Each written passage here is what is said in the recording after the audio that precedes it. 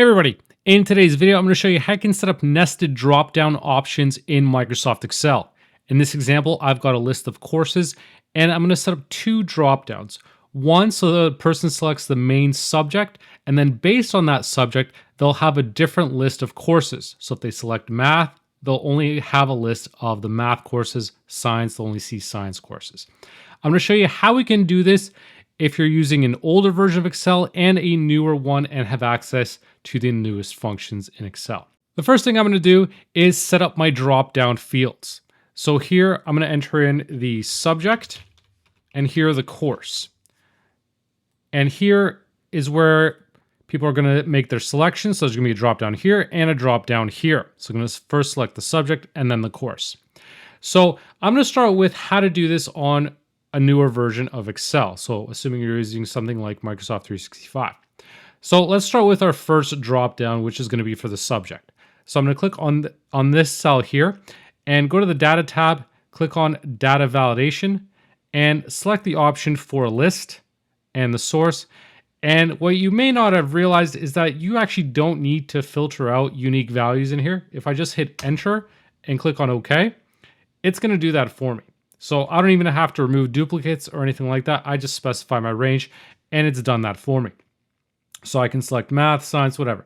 But the key thing is I want this drop down now to update based on this selection. So how do I do that?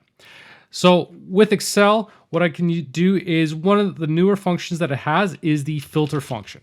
With the filter function, we can specify the array we want to pull values from based on a criteria. So in this case, I'm going to select the values here. So these are the different courses I want to pull based on a filter. So this next argument, which is include, is saying include it if it meets this criteria. So I'm selecting my criteria range here and saying if these values are equal to this value right here. So if these values are equal to this, then return the corresponding values from this column. Now I'm going to close this out.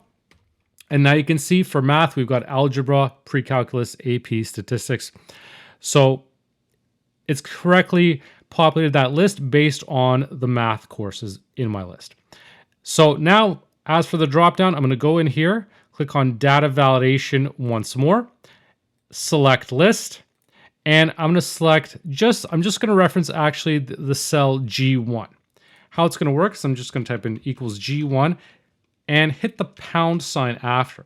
And this tells Excel this is a spill formula, and so automatically expand based on the number of selections in there. So I don't have to worry about hard coding G1 to G3 or anything like that. I just put in G1 as my starting value, the pound key, and then click on OK. And now my dropdown has those values in there. So I can select Algebra 2, Pre-Calc, whatever the case may be. Now if I go back to subject and change this to, let's say, science classes, you'll see this list automatically updates. Go in here, we've got biology, chemistry, physics, and the same thing for English. It'll automatically update. Social studies, again, I've got a different list. And for electives, yet another list. So what I could do is hide this column if I wanted to, just so it's out of sight, knowing that it's going to update. And I've got a nice, easy, dynamic dropdown that's based on my first selection in column E. So you can see with the newest version of Excel, it's really easy to do just because all you need is that filter function, and referencing that filter list is incredibly easy. So I'm going to unhide this. And now I'm going to show you how you can do this if you're not running the latest version of Excel and you've got an older one and you don't have access to the filter function. So I'm going to delete this and I'm going to get rid of my data validation here and just clear all the rules, just so there's nothing in here. And let's start fresh. So the main difference with an older version of Excel is obviously you can't access that filter function. So what I would suggest doing is setting up different tables for each one of your different dropdowns. So we've got math, science, English, and social. So I'll copy these values over. So you're just going to have more fields to work with, but it's still going to be able to work. So I'm going to copy these values and we're going to have basically all our different options set up. So this is a one-time setup. It can be a little bit tedious, but once you've got it done, then it works. So I'm going to copy the courses. So I got all math courses, select all the science courses. Then we've got English, social studies, and the electives. So I'm just going to expand this one so it doesn't stretch out my row here. And so what I'm going to do is convert these into tables just because it's going to make it easier to reference these values. I'm going to hit Control T to convert this into a table. Now you want to be careful because these are side by side. Excel's automatically going to assume that you want everything in a table. That's not what we want. We want separate tables. I'm going to check off that my table has headers, but I'm only going to select column G just for math. And I'm going to name this table math. And this is key because it's going to make it easier now to reference this later on. For science, I'm going to do the same thing, Control T. And again, let's make sure our range is only including column H. We've selected that it has headers. And let's rename this to science. And it's important that these values correspond to the course selections. Again, Control T. And then for English is just column I.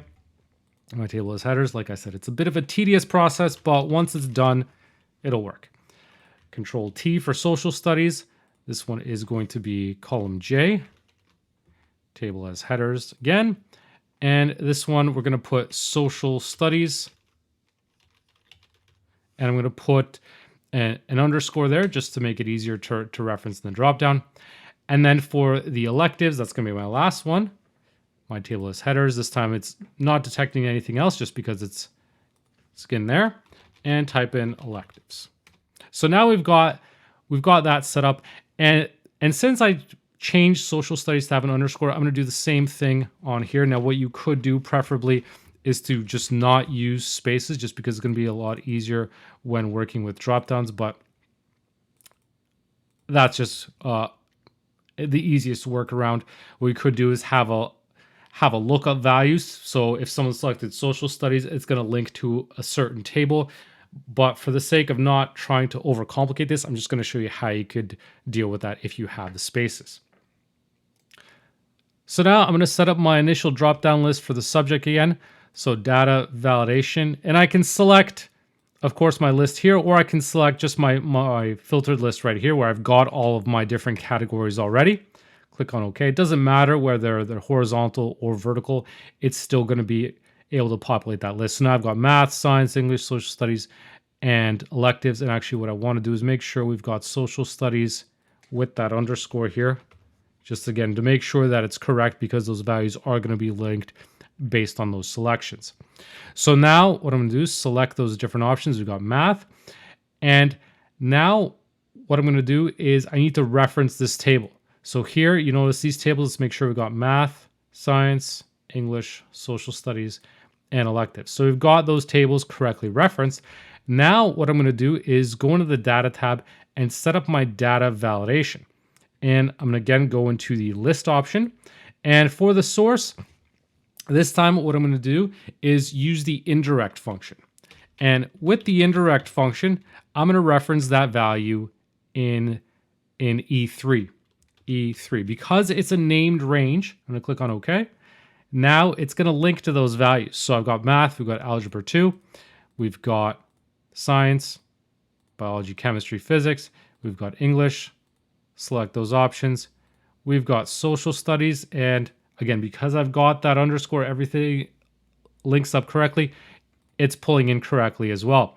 Electives, we've got those options. So as you can see, it's possible to set up even if you've got older version of Excel.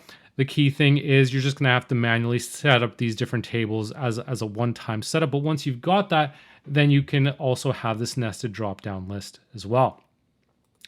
That wraps up this video. I hope you did learn something. And if you did like it, please make sure to leave a like and subscribe for more. Thanks for watching.